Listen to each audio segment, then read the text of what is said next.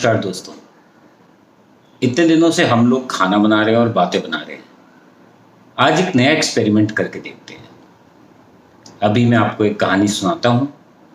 ये कहानी गीतों भरी कहानी है। इसे सुनिए और बताइएगा ज़रूर क्या ये एक्सपेरिमेंट सक्सेसफुल है या नहीं। आपके कमेंट्स का मुझे बेसब्री से इंतज़ार रहेगा। Thank you very much. ये कहानी राहुल की है जो अपने पिता के साथ एक छोटे से गांव में रहता था। ये छोटा सा गांव खुशियों से भरा था क्योंकि यहाँ सब लोग प्रेम से आपस में हिल मिल के रहते थे। राहुल के पिता राम प्रकाश जी गांव की प्राथमिक पाठशाला में एक शिक्षक थे और शिक्षक होने के नाते उनका गांव में बड़ा सम्मान किया जाता था। राम प्रसाद जी के पास अपनी खेती बाड़ी की ज़मीन भी थी, सो पाठशाला के काम से मुक्त होने के बाद वो अपना समय यहीं व्यतीत करते और खेती बाड़ी में उनका बड़ा पुत्र रमन उनकी सहायता करता था। अभी राहुल 5वीं कक्षा में ही था। अचानक एक दिन उसके पिता का किसी दुर्घटना में देहांत हो गया।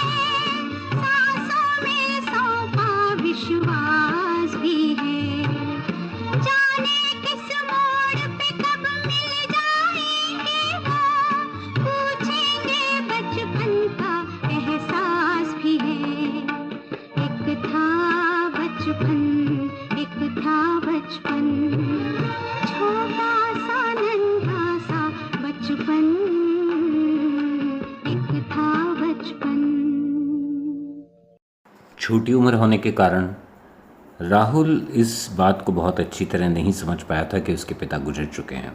इसका एक बड़ा कारण और भी था कि उसके भाई और भाभी दोनों उसका अपने पुत्र की तरह ध्यान रखते थे, बहुत प्यार करते थे उसको। लेकिन राहुल की स्कूल अब ख़त्म होने वाला था। 5वीं कक्षा से आगे पढ़ने के लिए उसके भाई और भाभी ने निर्णय लिया कि राहुल को क्यों ना मामा के घर भेज दिया जाए, जहाँ पर एक इंटर कॉलेज भी है। राहुल ये सब बातें सुनता रहता था और मना भी करता था, मैं कहीं नहीं जाऊँगा। लेकिन बहुत जल्द वो दिन भी आ गया जब उसकी 5वीं कक्षा की पढ़ाई पूरी हो गई और उसका बड़ा भाई रमन उसको लेके मामा के गांव छोड़ने के लिए चल पड़ा। मामा का गांव इनके गांव से 14 कोस दूर था और वहां जाने के लिए एक नदी भी पार करनी पड़ती थी। राहुल रो रहा था, बिलख रहा था, भाभी से लिपट लिपट कर ना जाने की जिद कर रहा था। भाभी से भी सहन नहीं हो रहा था क्योंकि उन्होंने उसे बिल्कुल अपने बच्चे की तरह पाला था। लेकिन रमन ने उसका हाथ पकड़ा, नदी के घाट पहुंचकर और वो नाव में सवार हो गया।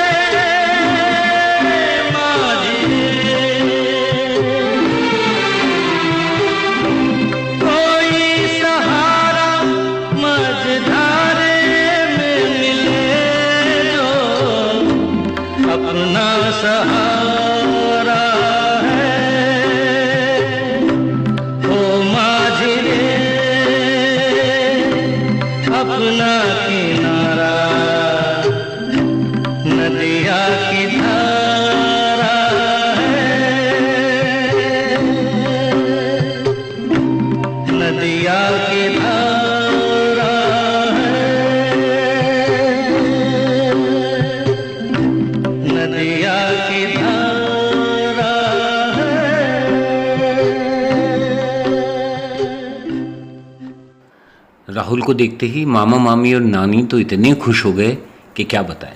उनकी खुशियों का कोई ठिकाना नहीं था। मामा मामी की भी कोई अपनी संतान नहीं थी। खैर, राहुल जो था वो अपने आप को यहाँ पे काफ़ी अपरिचित सा महसूस कर रहा था।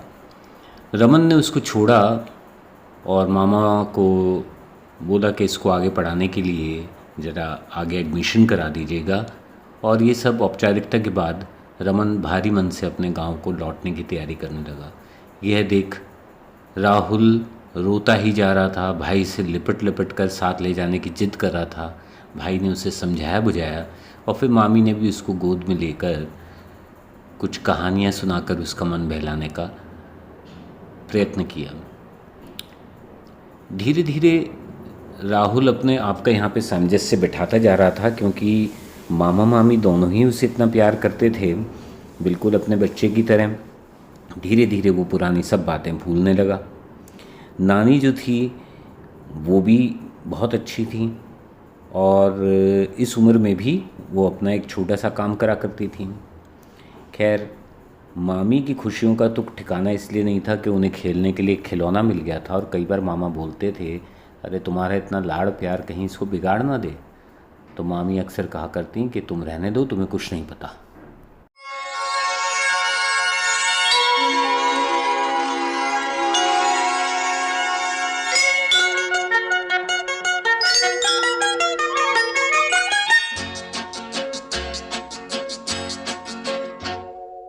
चंदा है तू, मेरा सूरज है तू, ओ मेरी आँखों का तारा है तू।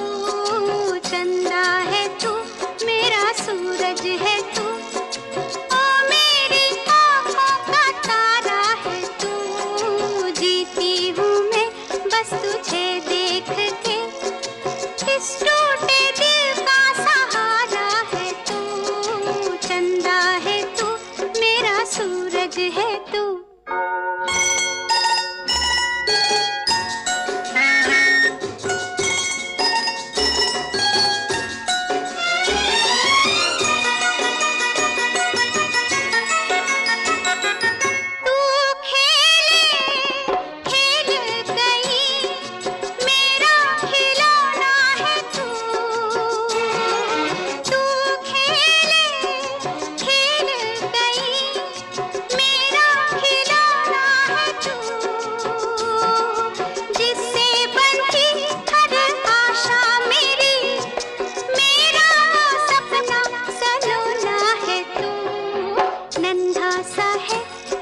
सुंदर है तू, छोटा सा है कितना प्यारा है तू।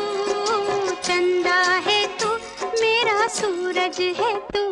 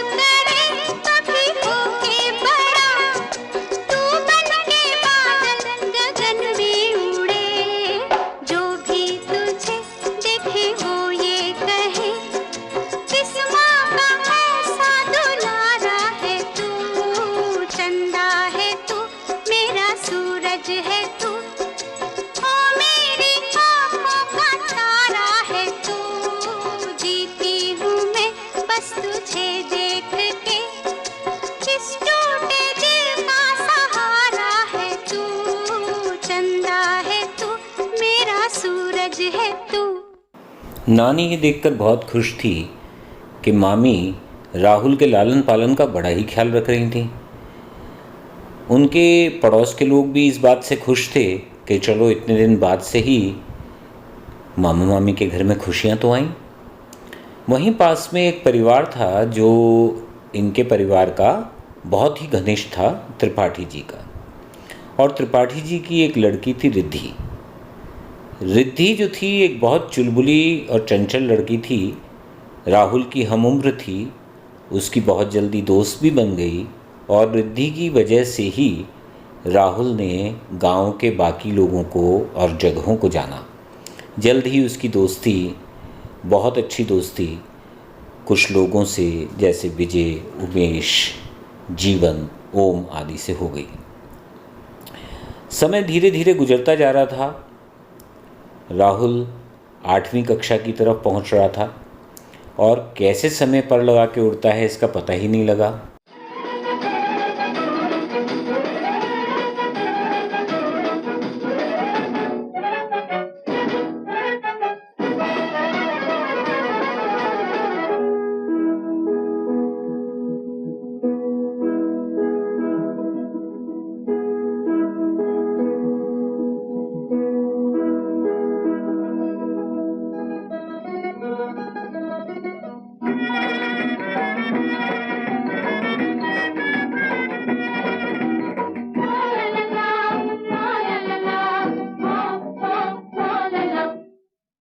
सुनो गजर क्या गाए, समय गुजरता जाए, और दिन वाले होर भोले भाले सोना ना, होना ना। सुनो गजर क्या गाए, समय गुजरता जाए।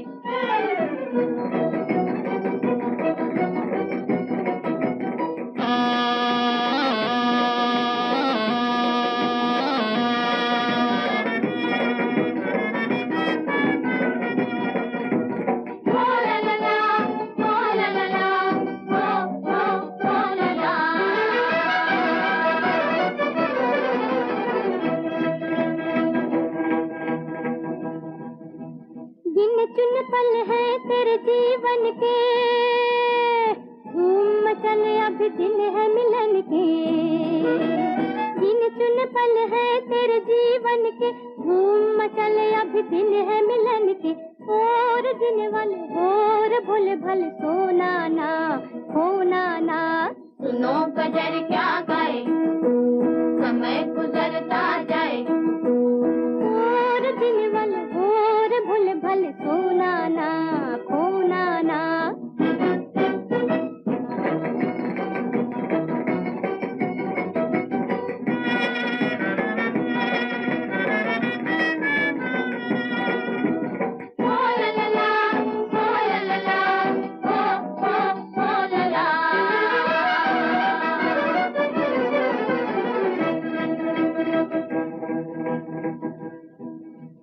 हुस्न भी फनी और इश्क भी फनी है, हंस के बिता ले दो घड़ी की जवानी है। हुस्न भी फनी और इश्क भी फनी है, हंस के बिता ले दो घड़ी की जवानी है। और दिन वाले होर भोले भले सोना ना, होना ना। सुनो गजर क्या गाए, समय गुजरता जाए, और दिन वाले होर भोले भले सोना ना, होना ना।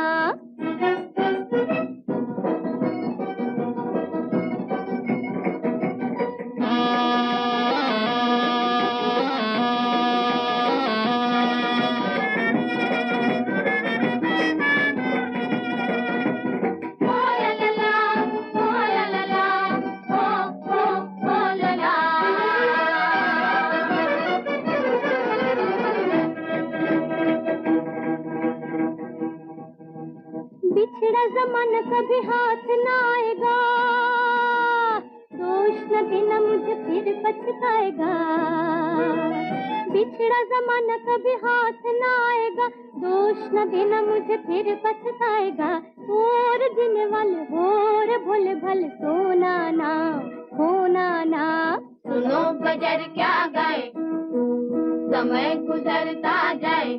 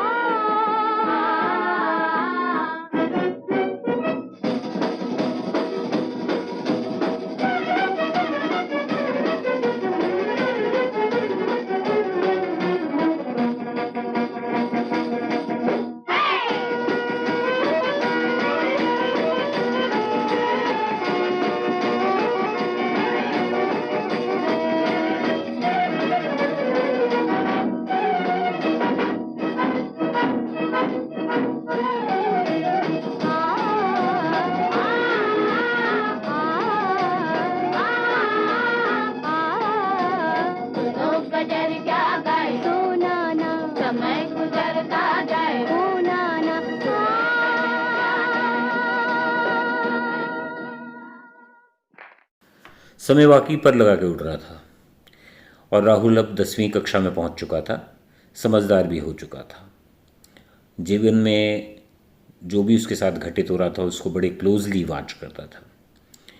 मामा का घर एक ऐसी सड़क पर स्थित था जो कि एक मुख्य मार्ग था और दूर दराज की गांवों की यात्रा करने वाले पथिक इस मुख्य मार्ग से गुजरा करते थे।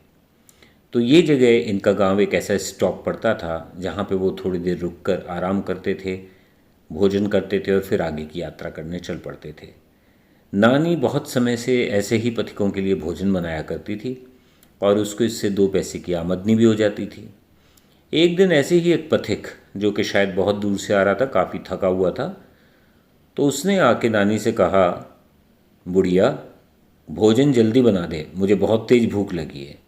नानी ने कहा, बेटा जब तक मैं भोजन तैयार करती हूँ तुम ऐसा करो, पास में ही कुआं है वहाँ पे स्नान कराओ, तुम्हारी थकान भी उतरेगी, तब तक मैं भोजन तैयार कर दूँगी। नहा धो के जब वो पथिक लौटा तो उसने देखा कि नानी अभी आटा ही गूंथ रही थी। उसे बहुत तेज गुस्सा चढ़ा क्योंकि भूख असहनीय हो रही थी। उसने कहा, बुढ़िया मैंने तुमसे बोला भी था कि भोजन जल्दी बनाना, फिर भी तुमने इतनी देर कर दी। उसकी बातें सुनकर नानी थोड़ी नाराज़ हुई और उसने उसका सारा सामान और जो आटा गूंद रही थी वो भी पोटली में बांध के दे दिया। पथिक अपना सब मुँह लेके वहाँ से चल पड़ा। रास्ते में ही उसे राहुल आता दिखाई दिया और राहुल ने उसको देख के बोला कि भैया आपकी पोटली से कुछ टपक रहा है, ये क्या है? तो पथिक बोला, ये मेरी जुबान का रस है। तो देखिए, ऐसे ही कई बार हमारे साथ भी ऐसा होता है कि किन्हीं और घटनाओं की वजह से हम अपने परिवार वालों पे, माता पिता से, भाई बहन पे, पत्नी या बच्चों पे ऐसा गुस्सा निकाल देते हैं जिसके वो जिम्मेदार थे ही नहीं। हम कुछ ऐसे कड़े शब्द बोल जाते हैं जो वाकई में इन लोगों को आहत कर जाते हैं। तो ऐसा हम क्यों करते हैं? ऐसा करने से हम खोते ही हैं।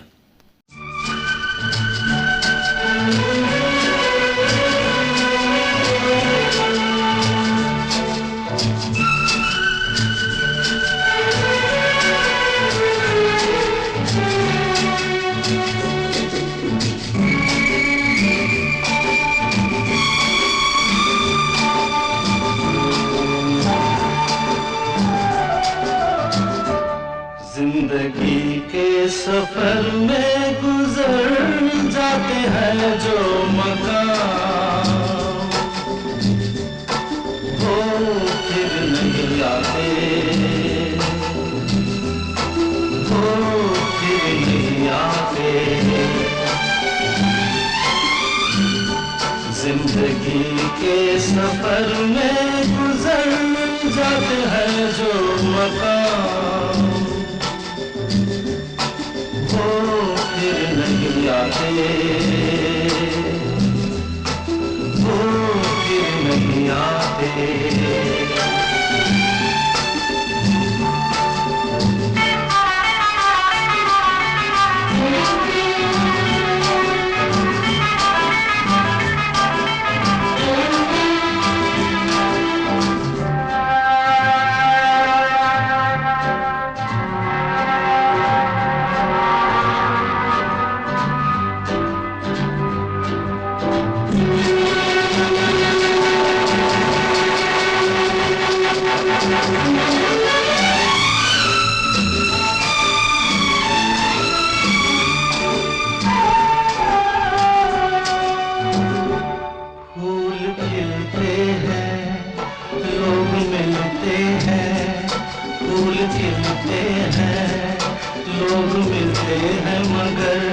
पतझड़ में जो फूल मुरझा जाते हैं, वो बहारों के आने से खिलते नहीं। कुछ लोग एक रोज जो बिछड़ जाते हैं, वो हजारों के आने से मिलते नहीं। उम्र भर चाहे कोई पुकार करे उनका नाम, वो फिर नहीं आते, वो फिर नहीं आते।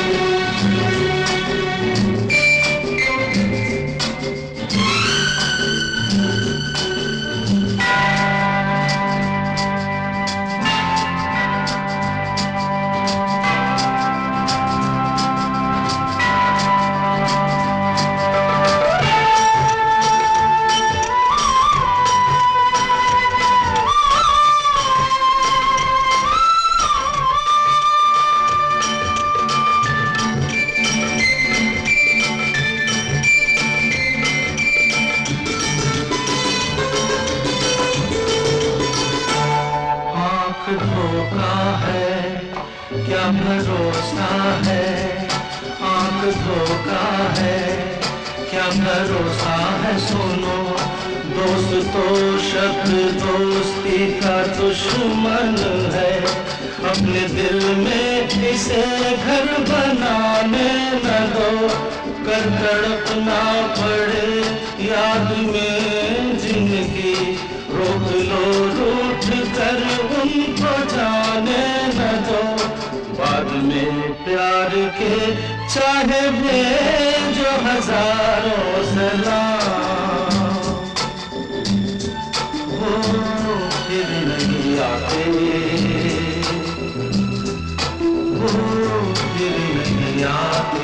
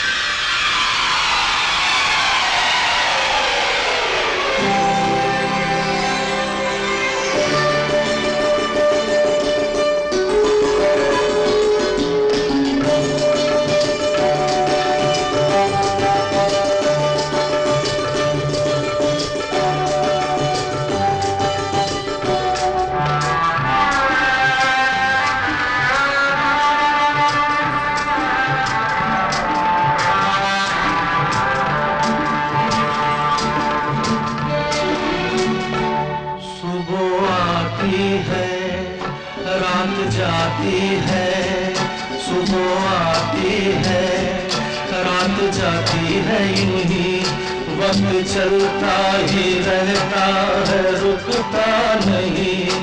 एक पल में ये आगे निकल जाता है, आदमी ठीक से देख पाता नहीं, और पर्दे पे मंजर बदल जाता है। एक बार चले जाते हैं जो दिन रात सुबह शाम, वो फिर नहीं आते, वो फिर नहीं आते। जिंदगी के सफर में गुजर जाते हैं जो मकाम, वो फिर नहीं आते, वो फिर नहीं आते। इस घटना ने राहुल को काफ़ी प्रभावित किया और उसने निश्चय किया कि जीवन में वो कभी भी किसी को ऐसी कड़वी बातें नहीं बोलेगा जिससे किसी का दिल दुखे। राहुल एक प्रतिभाशाली विद्यार्थी था और जब उसके स्कूल के शिक्षक उसकी तारीफ़ उसके मामा मामी से करते तो उनका कलेजा फूला न समाता था। रिद्धि और अपने बाकी दोस्तों के साथ खेलते खेलते राहुल 12वीं कक्षा में पहुंच गया। अब समय आ गया था कि उसके आगे के भविष्य के बारे में सोचा जाए और मामा मामी ने उसको आगे कॉलेज में एडमिशन के लिए एक बड़े शहर भेज दिया। अपने उत्कृष्ट शैक्षिक प्रदर्शन की वजह से उसे शहर के सर्वश्रेष्ठ कॉलेज में दाखिला भी मिल गया। शहर में नया आने की वजह से उसे बहुत कुछ परेशानियों का सामना करना पड़ा और एक समय ऐसा भी आया जब वो हताश होकर बैठ गया। तभी उसे अपने पिता की याद आई और वो बातें याद आईं जो वो कहते थे। आपके साथ भी कभी जीवन में ऐसा ज़रूर हुआ होगा जब आप परेशान थे और आपको कोई राह नहीं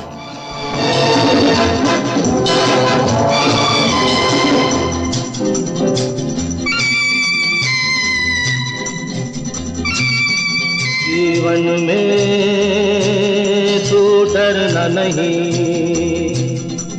सर नीचा कभी करना नहीं, हिम्मत वाले को मरना नहीं, मरना नहीं, मरना नहीं।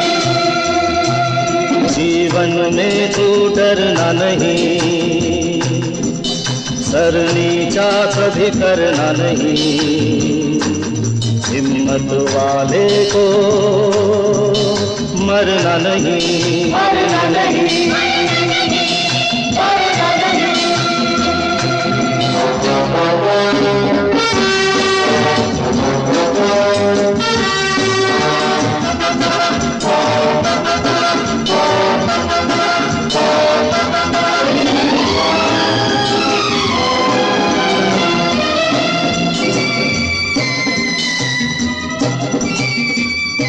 तू है साथी अपना, कोई दूजा नहीं तेरा।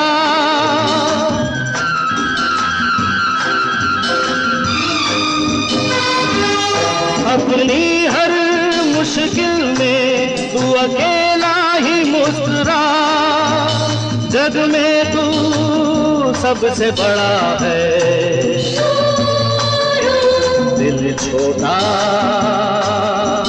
करना नहीं, करना नहीं, करना नहीं।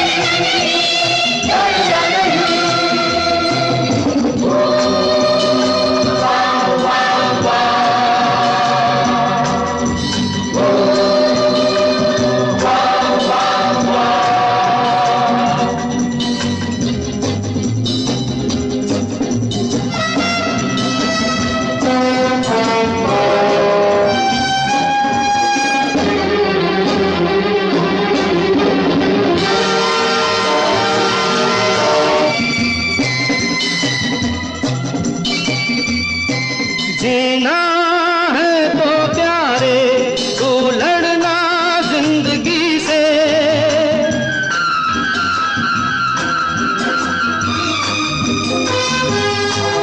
आंधी हो या तूफान ना दबना तू किसी से। जग में तू आगे ही बढ़ना, पीछे कदम धरना नहीं, धरना नहीं, धरना नहीं। जीवन में तू डरना नहीं, सर नीचा कभी करना नहीं। हिम्मत वाले को मरना नहीं, मरना नहीं, मरना नहीं।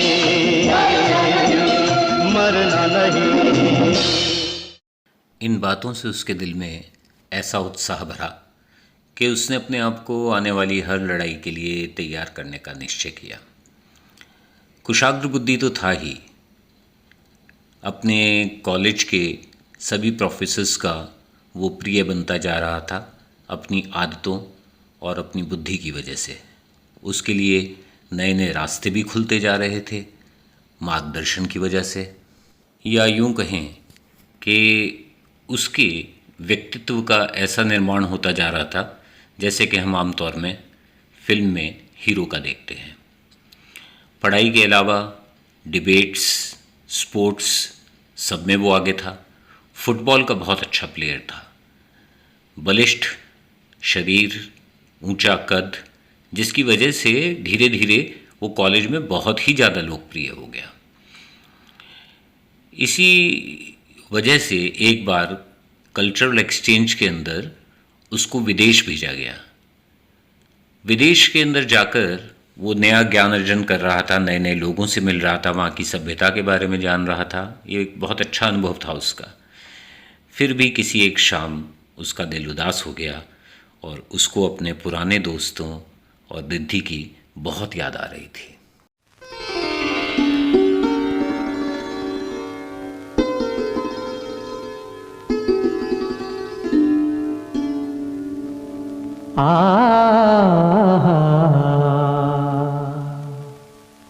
आया है मुझे फिर याद वो जालिम,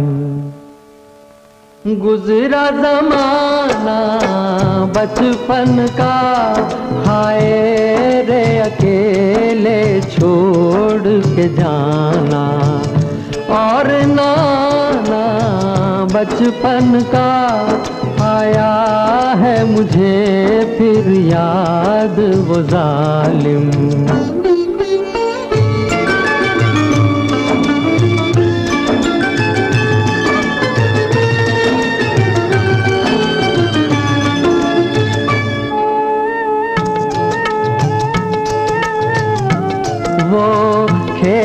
वो साथी वो झूले वो दौड़ के कहना आ झूले वो खेल वो साथी वो झूले वो दौड़ के कहना आ झूले हम आज तलक भी ना भूले हम आज तलक भी ना भूले वो ख्वाब सुहाना बचपन का आया है मुझे फिर याद वो जालिम।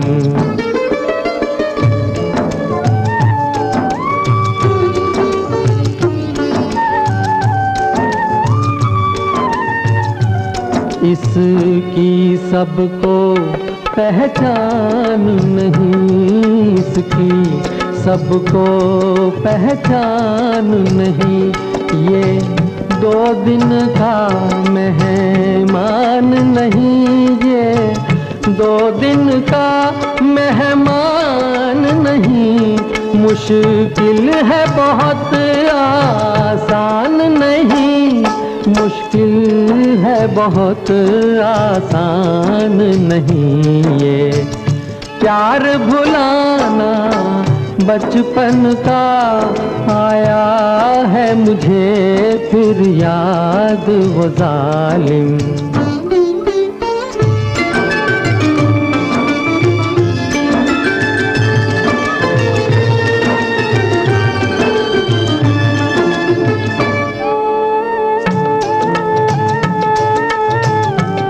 मिलकर रोए फरियाद करे उन बीते दिनों की याद करे मिलकर रोए फरियाद करे उन बीते दिनों की याद करे ऐ काश कहीं मिल जाए कोई ऐ काश कहीं मिल जाए कोई जो मीत पुराना बचपन का आया है मुझे फिर याद वो जालिम।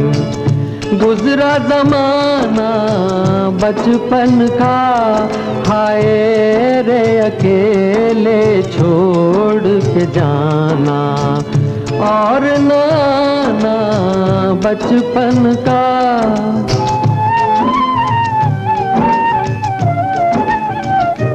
उसने सोचा कि अब लौटते ही मैं अपने गांव जाऊंगा और रिद्धि को मिलके अपने दिल की जो भी भावनाएं हैं उनको बता दूंगा, क्योंकि अब उनको मैं ज़्यादा छुपा नहीं सकता।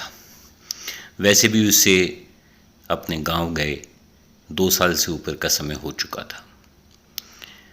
आगे क्या हुआ ये हम नेक्स्ट कहानी में सुनेंगे। गुड नाइट, शब खैर।